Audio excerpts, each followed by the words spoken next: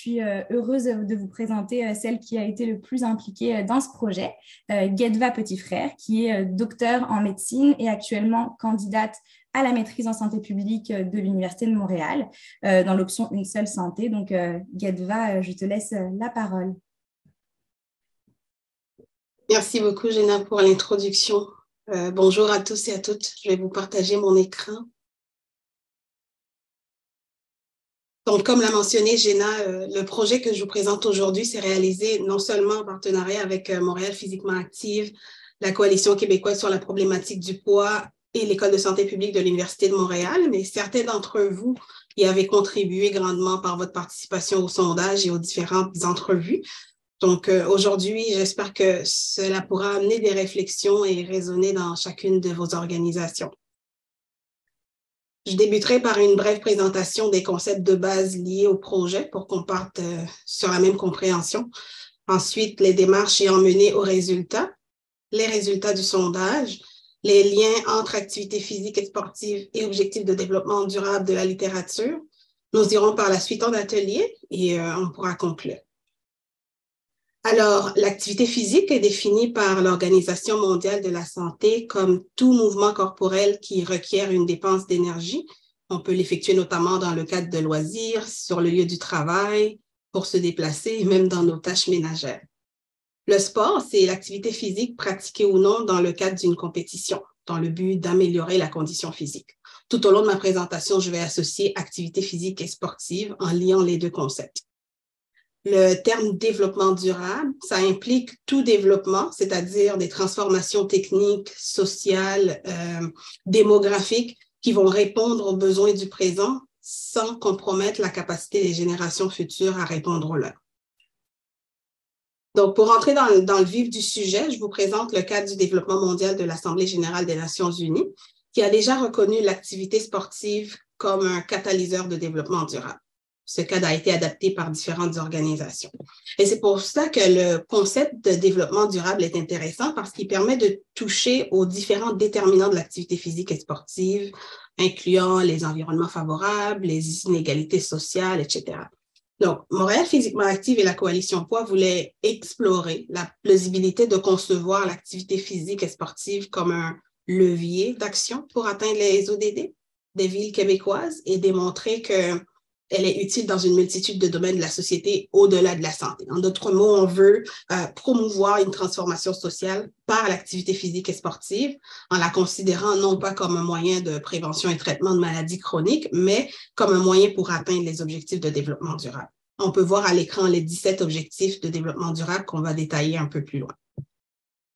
Donc, la démarche consistait d'abord en une revue de la littérature scientifique et grise afin d'explorer les différents liens potentiels entre activité physique et sportive et ODD. Une fois ces liens identifiés, je devais comprendre la manière dont les partenaires des deux organismes conçoivent ces liens et comment leurs activités organisationnelles s'alignent avec ces ODD. D'autres experts en activité physique ont aussi été consultés. Finalement, je devais produire un outil de transfert de connaissances et présenter le résultat de mes démarches dans ce webinaire pour explorer la possibilité de rallier les partenaires des deux organismes autour de cette vision-là. J'ai aussi mis un questionnement à la fin parce que si cela se concrétise et que la vision devienne commune, ben, le travail ne fera que commencer. Que pensent les répondants au sondage? On peut remarquer dans ce diagramme en pointe de tarte ou en camembert que des 42 personnes ayant répondu, environ 2% en pastel. Je ne suis pas très bonne en couleur, vous allez comprendre. Ils étaient bien informés au sujet de tous les ODD et leurs indicateurs. Environ 43% connaissaient certains ODD plus que d'autres. 43% en avaient déjà entendu parler, même si de manière non spécifique, et 12% n'en avaient jamais entendu parler. 95% des répondants, encore la pointe pastel et jaune de ce graphique, étaient plutôt ou totalement en accord que l'activité physique et sportive pouvait participer à atteindre les ODD. 3% étaient en désaccord et 2% sans avis sur le sujet. Parmi ces ODD, les répondants étaient plus nombreux à penser que l'ODD 3, bonne santé et bien-être, l'ODD 4, éducation de qualité, l'ODD 5, égalité entre les sexes, l'ODD 10, inégalités réduites. L'ODD 11, Ville et communautés durables, et l'ODD 13, Mesures relatives à la lutte contre les changements climatiques, étaient atteignables par la promotion de l'activité physique et sportive.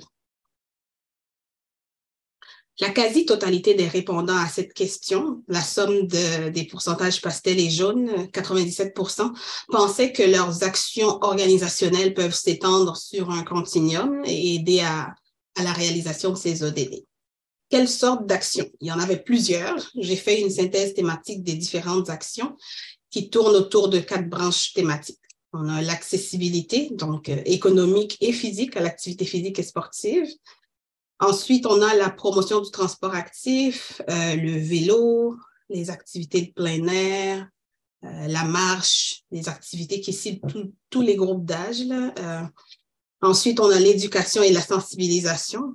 On a eu beaucoup d'initiatives de vulgarisation qui vont mettre de l'avant les bienfaits d'une vie active sur la santé physique et mentale, sur l'environnement, etc. Et en dernier lieu, l'aménagement.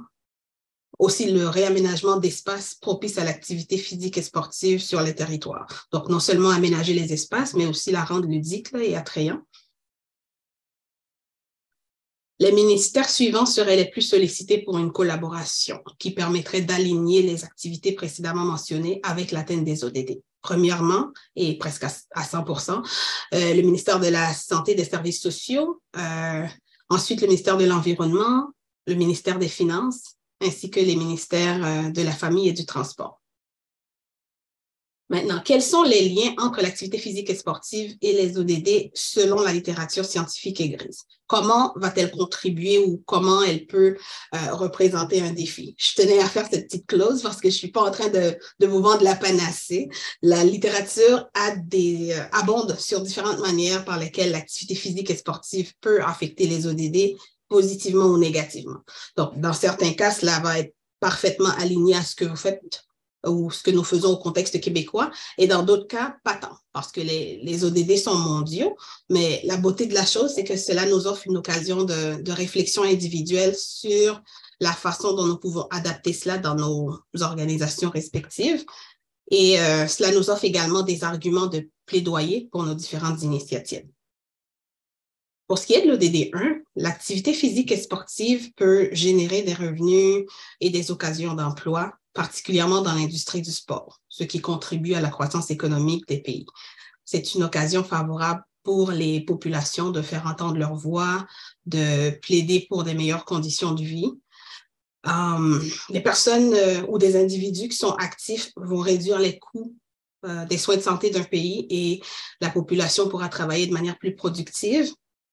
Néanmoins, la précarité socio-économique peut aussi être un obstacle à la pratique d'activités physiques et sportives. Donc, l'accès équitable aux installations favorables à l'activité physique doivent être pris en compte. Et l'accès économique également.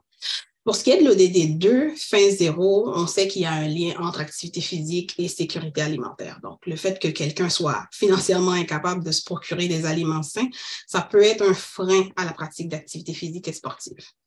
Les associations sportives vont jouer un rôle important dans la promotion de l'alimentation durable et va favoriser la consommation d'aliments sains et locaux, la réduction du gaspillage alimentaire, etc.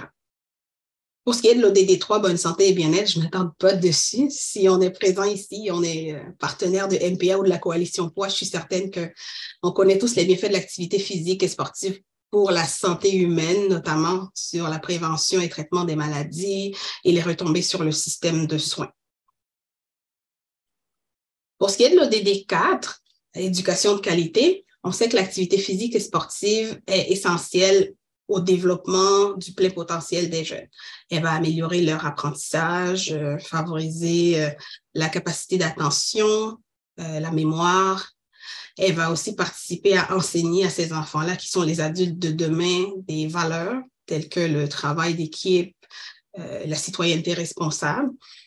Dans certains endroits où l'accès à l'éducation n'est pas équitable ou dans les populations marginalisées, le sport peut offrir aussi une voie d'accès à l'éducation supérieure. En revanche, on le sait que les enfants et les jeunes ne sont pas actifs comme on l'aurait souhaité. Il y a quand même un grand obstacle pratique d'activité physique chez les jeunes. C'est un enfant sur 6 qui va répondre au niveau d'activité physique recommandée au Québec.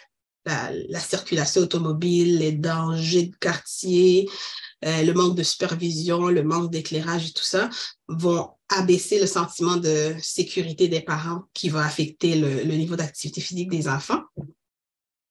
Pour ce qui est de l'ODD 5, il y a des actions et stratégies politiques de l'activité physique et sportive inclusive qui peuvent aider à déconstruire les stéréotypes de genre.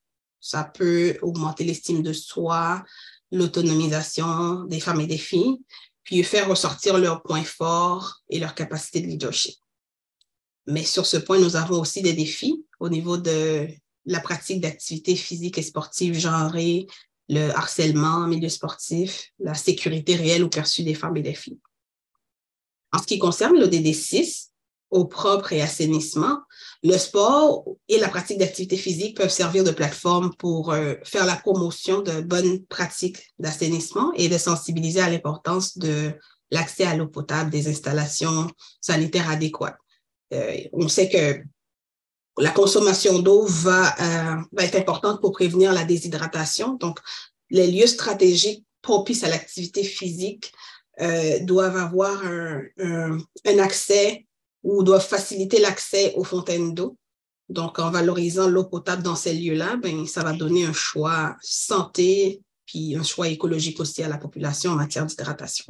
ODD 7, recours aux énergies renouvelables. Je vous apprends rien en disant que les événements sportifs peuvent être énergivores. On a besoin d'énergie pour l'éclairage, les systèmes de chauffage, la ventilation, la climatisation, etc.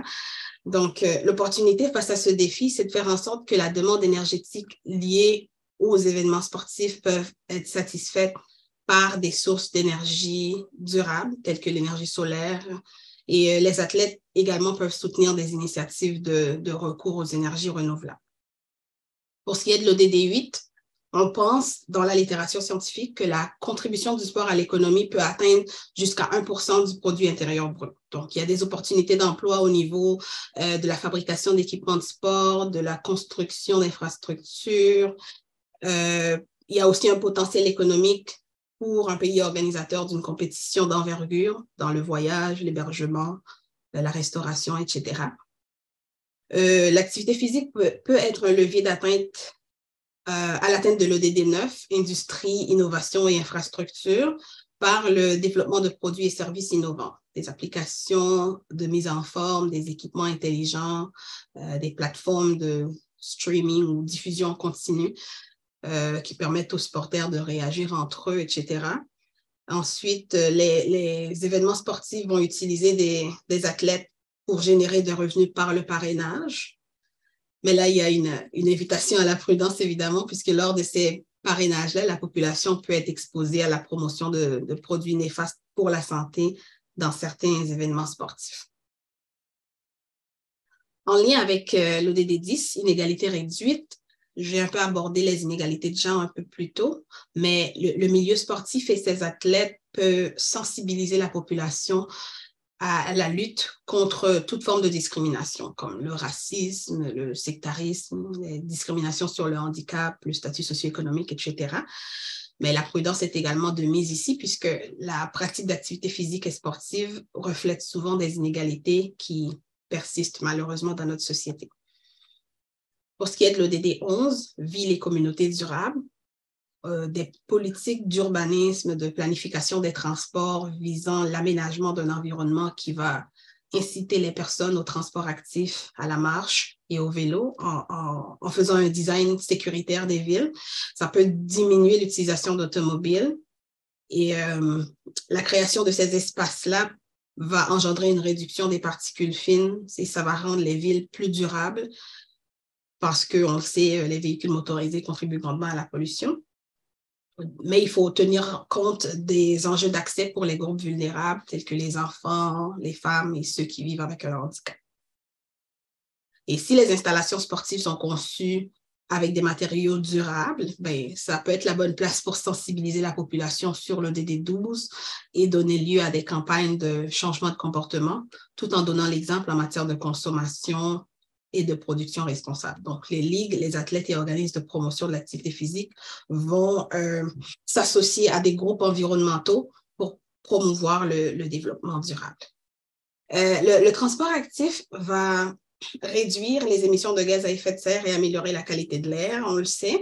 En plus, la marche et le vélo ne vont pas utiliser des carburants fossiles. Donc, le sport et les compétitions sportives sont des opportunités pour sensibiliser la population à la protection de l'environnement et au changement climatique.